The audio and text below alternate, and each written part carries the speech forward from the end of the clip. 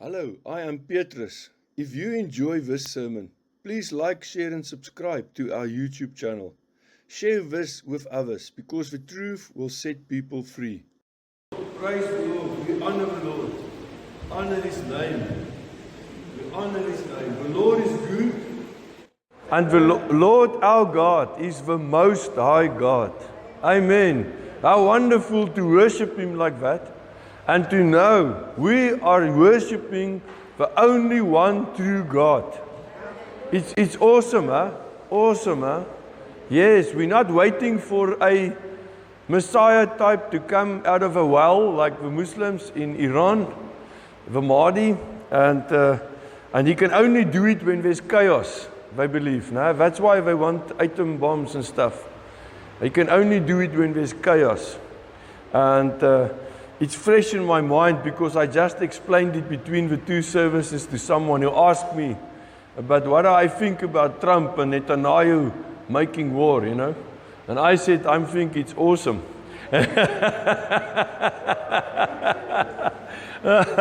My thumb is up for Trump. Not all the stuff he do and say, no, but as long as he's for Israel, we will keep praying for him. Praying for America. Praise the Lord. Huh? Praise the Lord. Our God is an awesome God who reigns from heaven to earth. No? He's always in victory. In Psalm 5 verse 12, the New King James, it says, "But let all those rejoice who put their trust in you, in the Lord. No? Let them ever shout for joy, because you defend them. Let those also who love your name be joyful in you." 4, verse 12. Sorry, that was verse 11. Verse 12 now. "For you, O Lord, will bless the righteous with favor, with ratzon. You will surround him as with a shield. You, Lord, will bless the righteous with ratzon." Ratzon is favor. Ratzon is acceptance. It's delight. It's the desire of God. It's the good pleasure of God. So the Lord, it says here that the Lord bless the righteous with His acceptance, His delight, His desire. It's because of His desire that we are His children, you know. And He surrounds us as with a shield with this favor. As with a shield, we are surrounded by the favor and the goodness, the loving kindness of God. The Afrikaans word may not mean a lot to many of you, but it's welwillendheid, goedgesindheid. So the Lord wants the best for us. He literally wants the best for us. Amen. So we praise the Lord that this is our God we are reading about. You see, the Lord, His favor, His acceptance and His delight, His desire for us, His pleasure of the Lord is what is the reason why we are saved.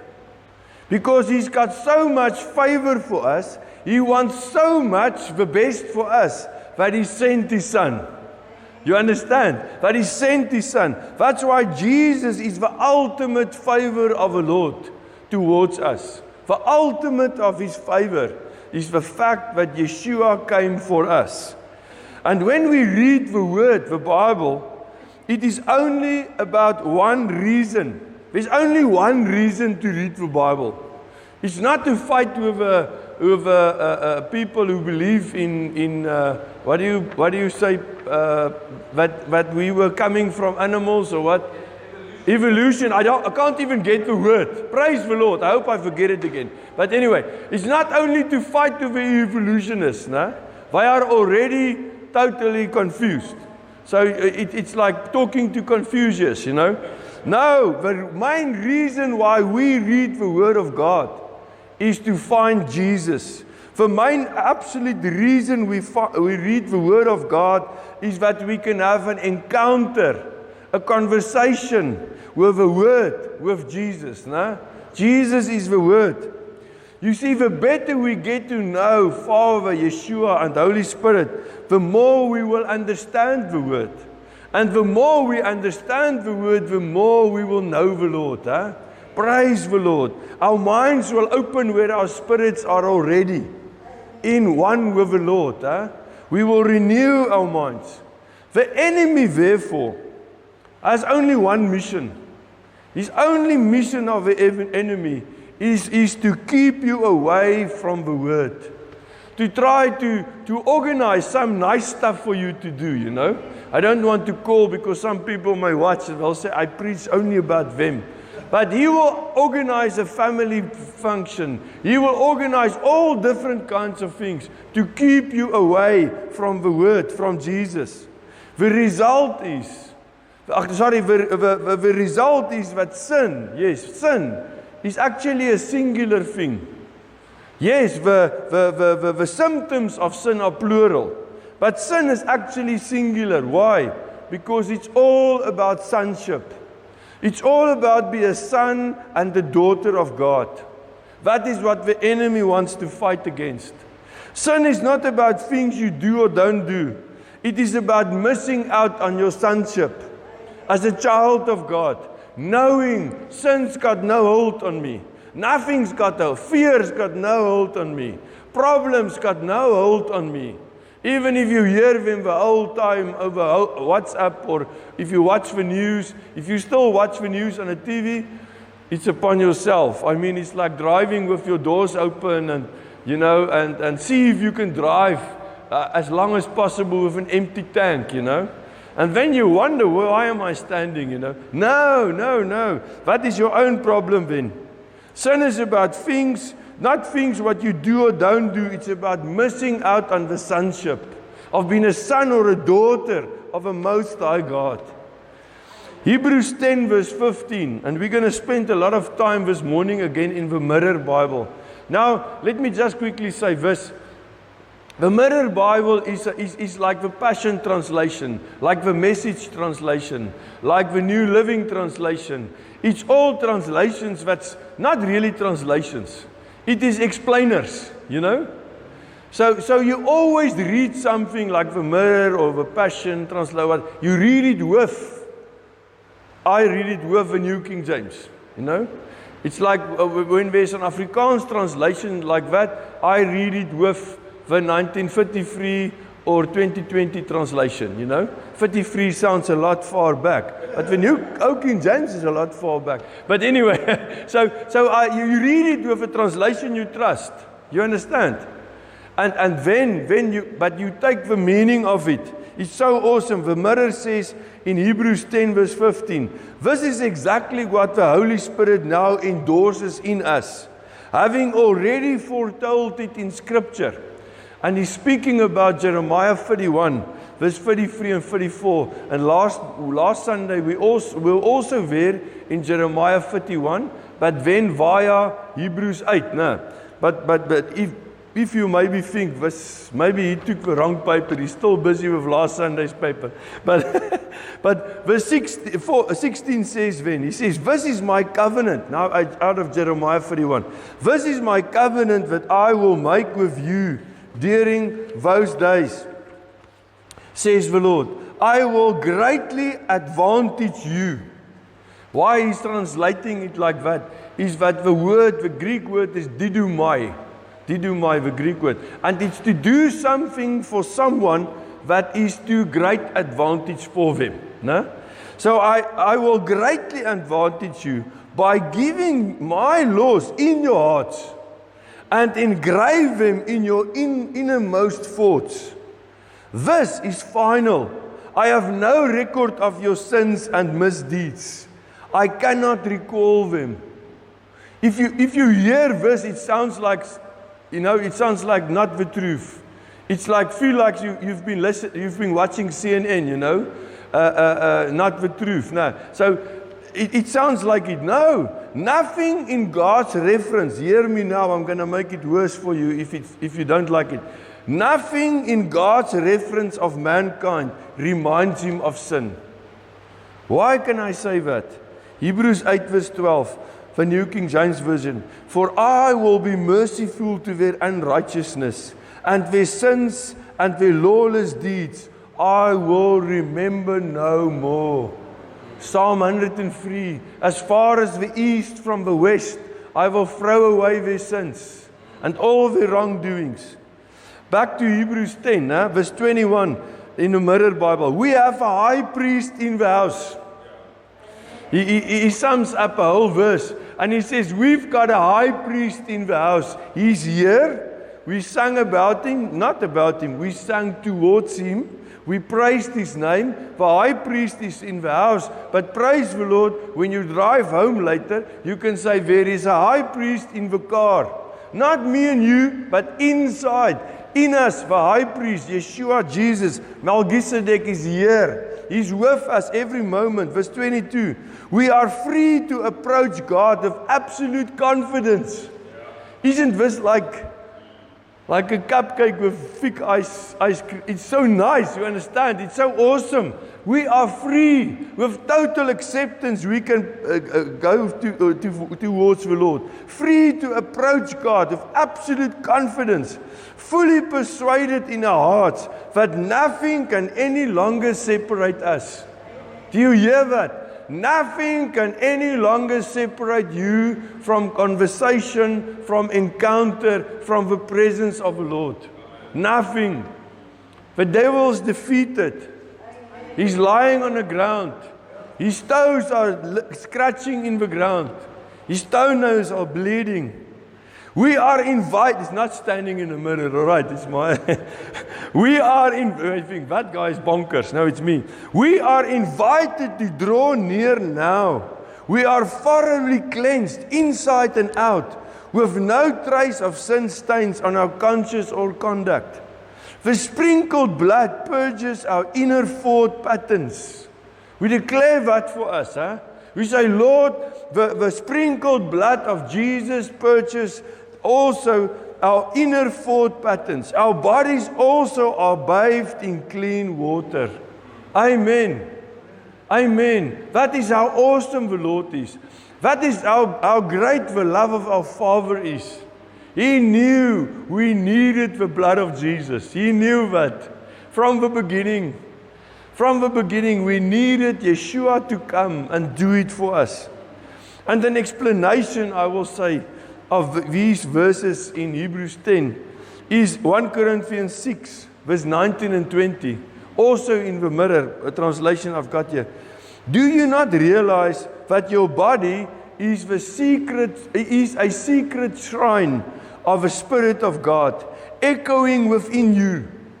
You do not own your life.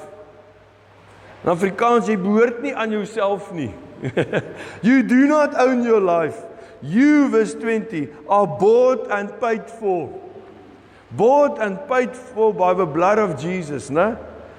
All of you are His.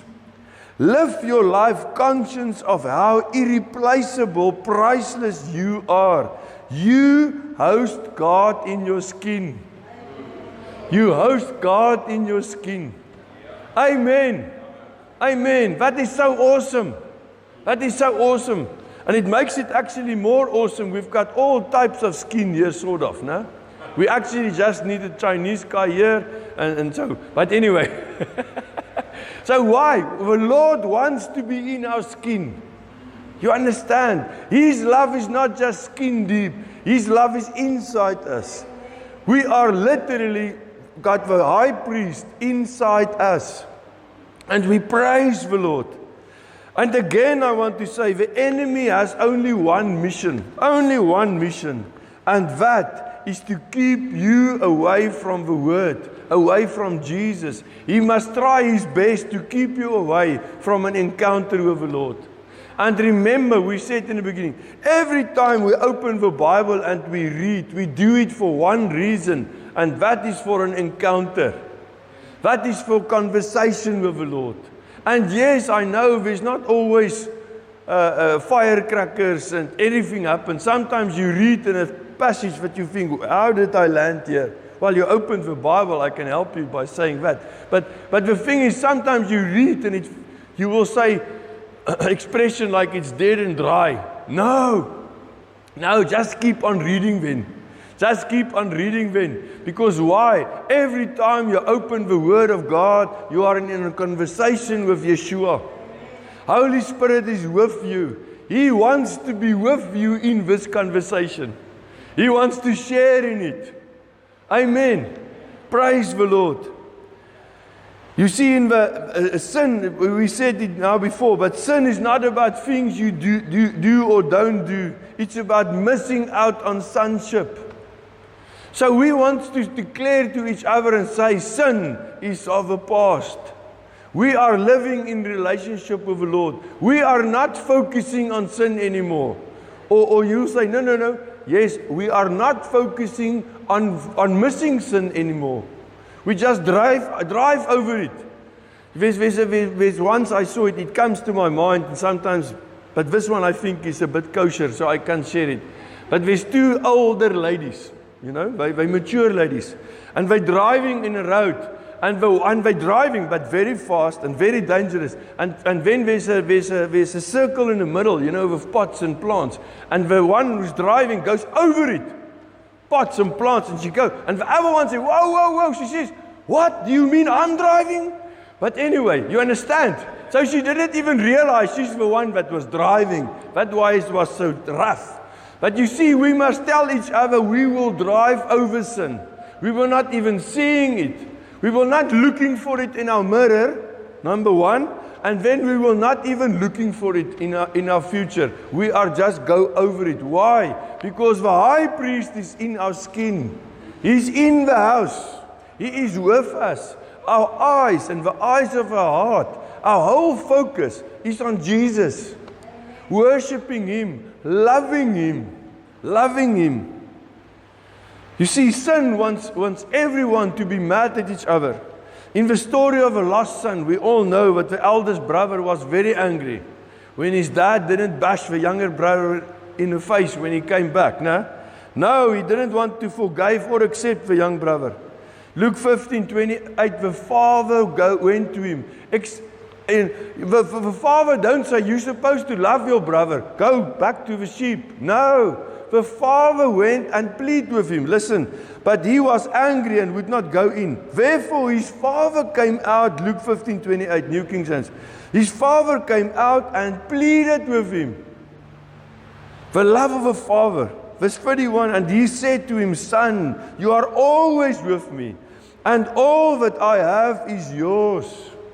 All that I have is yours. Even those who are mad of a lost one coming back, the Father says, I want you also in here. I want you also back. Amen.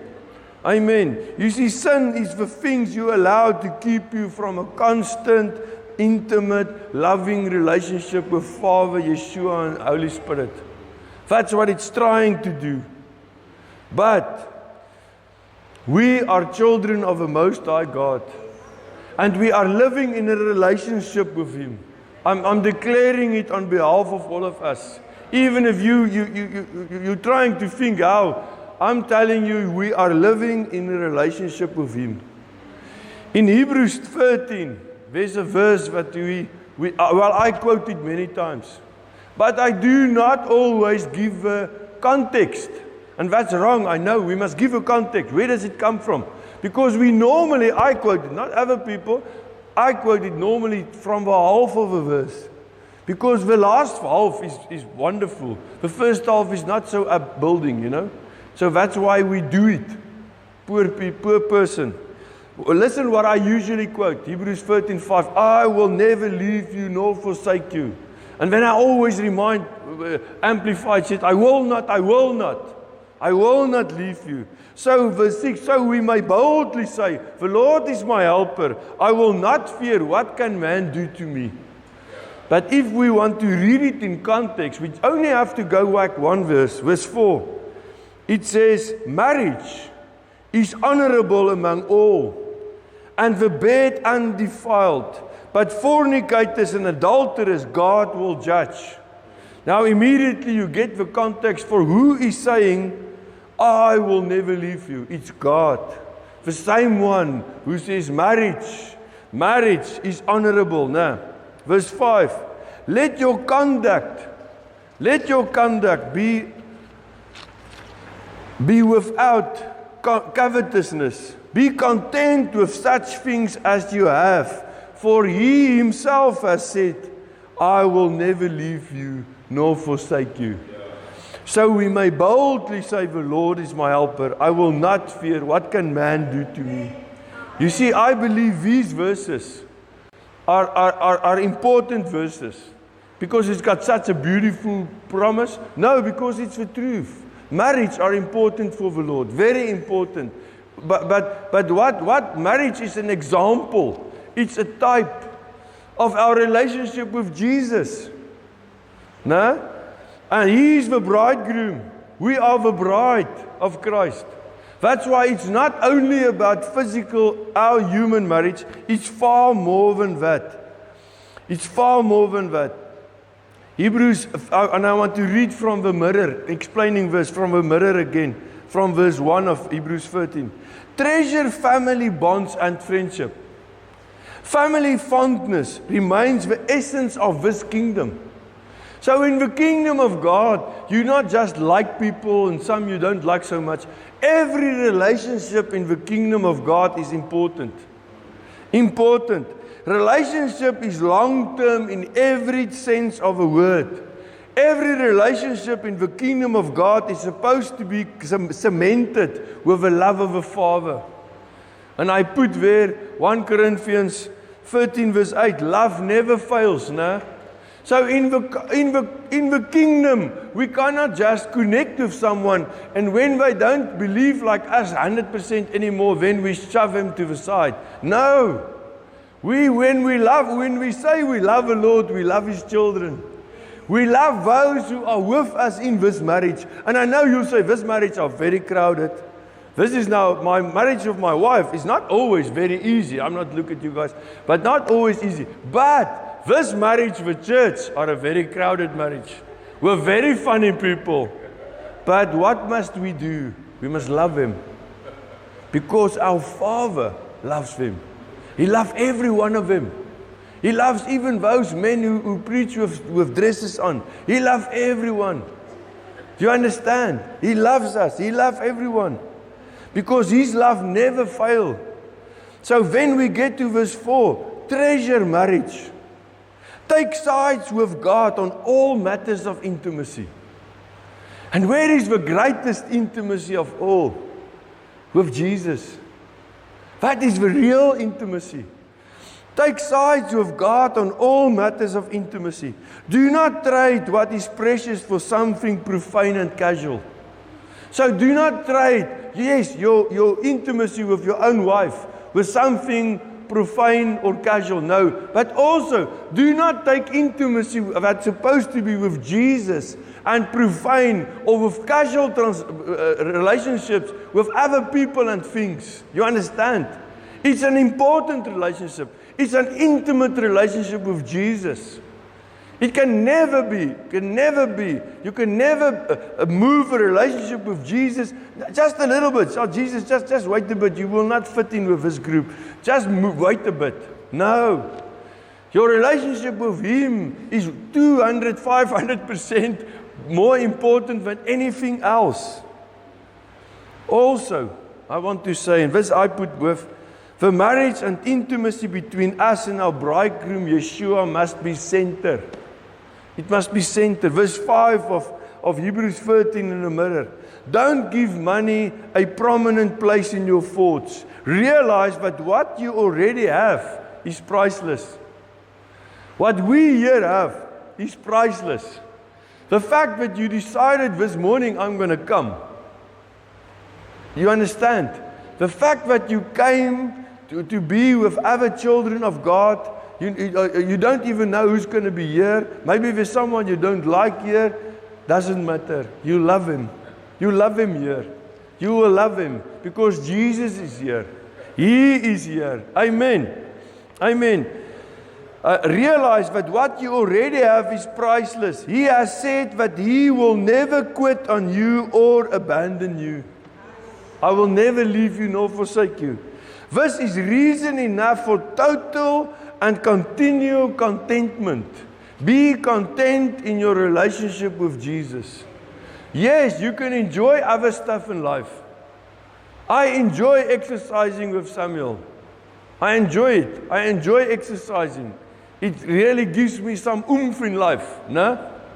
But what is it all about? What's a million times more important is my relationship with Jesus. My relationship with Him is a lot more important than anything in this life. Amen. Be you therefore content in your relationship with the bridegroom, with Yeshua Jesus. Verse 6, mirror. We are on our last page, giving you a little bit of hope. Verse 6, what He said concerning us gives our confession the edge. It gives our confession the edge. We boldly echo Scripture. The Lord is for you. He cannot be afraid. I cannot be afraid of anything that anyone could possibly do to harm me. Because God is for me. Because He is for me. Verse 7. Be mindful of those who guide you in the revelation of God's word. Follow their faith. Consider the conclusion in their lives. Do not follow a counterfeit. This would be someone who fakes faith while actually living the law. So that is just an explainer. The last sentence is just an explainer. But so what are we focusing on? On Jesus. We focus on Him. And the best way of focusing on Him is beginning with His Word. Look into His Word. Read His Word. Believe His Word. Take His Word. Eat it. Enjoy it, like Jeremiah said. Eating the Word. No? Enjoy the Word. And allow the Word to feed you. Amen. To feed you so much so that you can give out. That you can share the goodness of the Word of the Lord. Second last text. In Hebrews 2 verse 11, New King James, it says, for both He who sanctifies and those who are being sanctified are all of one. For which reason He is not ashamed to call them brethren. So it doesn't matter what happened in your life. He's forgotten it already. But even if something might have happened now, not too long ago or now, He is not ashamed of you. He's not ashamed of you. Jesus will not say, wait. You know, please, I want to go eat with you, but let's not go together because I'm ashamed. No. He's not ashamed of you. Verse 18. For in that He Himself has suffered being tempted, He is able to aid those who are tempted. So when you're tempted, He's not, number one, ashamed of you. And number two, if you are tempted, again, Jesus, Lord, you know what the tempter try. You know all his stuff. So Lord, with your help, anything is possible. With your help, anything is possible. And I want to end with Galatians 5:16. It says, I say then, walk in the Spirit, and you shall not fulfill the lust of the flesh. It is not saying, Galatians 5:16 is not saying, try your best, harness your flesh with 10 hours of reading or whatever, fight in the flesh. No, walk in the Spirit.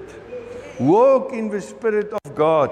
Walk in the Spirit and you shall not fulfill the lust of the flesh. Focus on Jesus. Focus on the Word. Knowing that the Holy Spirit will come through the Word out of your heart and He will give you fortitude, give you strength, make you strong. Because you are a child of the Most High God. You know the most important thing in my life is sonship.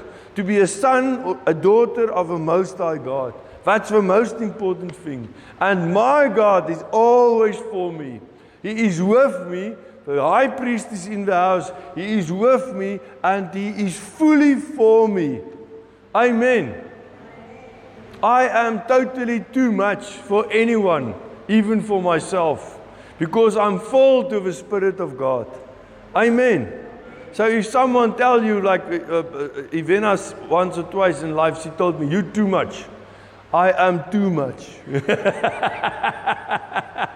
I know she didn't mean it positive, but I am too much because I'm filled with the Spirit of the Lord.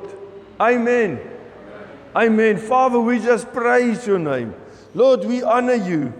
Thank you, Lord. Thank you that we can know we are living in your presence because you are present in us, within us. We praise you for that, Lord. And we will not give up our sonship, our daughtership for anything. No, Lord, up to eternity, we are living as children of the Most High God. In your presence, we get everything we need to live for you. 2 Peter 1 verse 3, to live for you and to do great things for you. We've already got it in us. And we praise you, Lord. We honor you, Father. We worship you, Lord. Thank you, Lord, that we can also pray for this country of ours. We declare mercy, mercy over our country. Lord, mercy over our government. Mercy for stupidity and aligning with the wrong people. We declare mercy, Lord. And we pray, Lord, that our government will make decisions that will work to the good for those who love you and are called by your name, Romans 8. We declare that. Even if I will look back and wonder, how did I make that decision? Lord, we declare, even the unbelievers and most corrupt ones will, in their wisdom, they will make decisions that will be the best. We declare, Lord, work. People will have work in this country. People will have provision. And we praise you for that. We honor you, Lord. We speak against the enemy's attack on our area, trying to, the Muslim guys, someone told me in the first service, are looking for ground to buy, to build a mosque. And Lord, we speak against that in Jesus' name. We speak against it. And the worst thing when that person told me, just Saturday after I brewed the parking area because it was full of stuff. And as I drove back, a bakkie came past me and drove into Mzamomhle, the gift of the givers. The terrorists, they are here. So we are declaring no in Jesus' name. Amen. We say no. Lord, in the name of Yeshua, we declare that they will not build a mosque in this area. They will not build one further. They will only be the one there. There in town, there's one. We declare that will be the only one. In Jesus' name, we declare that. Thank you, Jesus. We honor you, we praise you, we worship you. Thank you that we do not fight by might and by power, but because we trust in you, Lord. We worship you, Lord. It's not our strength, it's our God, the Most High God. And we praise you, Lord. Thank you, Jesus. We honor you, Lord.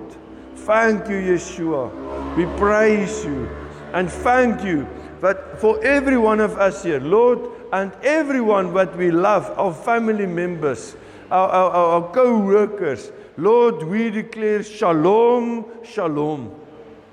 We grab with both hands and our hearts. We grab your shalom, your provision, Lord, your healing, your health, your wholeness, your prosperity. We grab it and we say, thank you, Lord, that we as the children of Abraham, Lord, because we believe in Yeshua, we're the children of Abraham. The promises of the Bible is for us.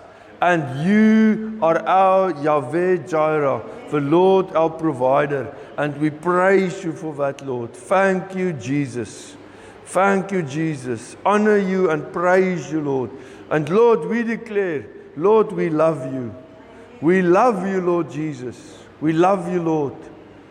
Thank you, Lord. Amen. I am Petrus de Tooy. If you enjoyed this sermon, please like, share, and subscribe to our YouTube channel. Share this with others because the truth will set people free. To receive Jesus Christ as your Lord and Savior is the most important decision ever. Romans 10:9 and 10 says, if you confess with your mouth the Lord Jesus and believe in your heart that God raised him from the dead, you will be saved. For with the heart one believes unto righteousness, and with the mouth confession is made unto salvation. You see, by His grace, God has already done everything to provide salvation to us and to you. So please pray with me. Lord Jesus, I confess my sin and need for salvation. I confess with my mouth that you are my Lord and Savior. I believe in my heart that God raised you from the dead. By faith in your word, I receive salvation now. Amen. Praise the Lord. You are now a born-again child of God, with Jesus living in you. Welcome to a new life. But you see, to live in the fullness of God, you need the supernatural power of Holy Spirit. Luke 11:10 and 13 says, For everyone who asks receives, and he who seeks finds, and to him who knocks it will be opened. How much more will your Heavenly Father give a Holy Spirit to those who ask Him? You only ask, you believe, and you receive. So please pray with me. Father, I recognize the power of Holy Spirit in me. Fill me with your Spirit, Lord. By faith, I receive Holy Spirit in me. Thank you, Spirit of God, within me. Amen. You see, as you worship, syllables of language you do not recognize will rise up within you. As you speak them out loud by faith, you are releasing God's power from within, building yourself up in the Spirit. And it doesn't matter whether you felt anything, just believe in your heart and receive. Mark 11:24, Therefore I say to you, whatever things you ask when you pray, believe that you receive them and you will have them. Amen.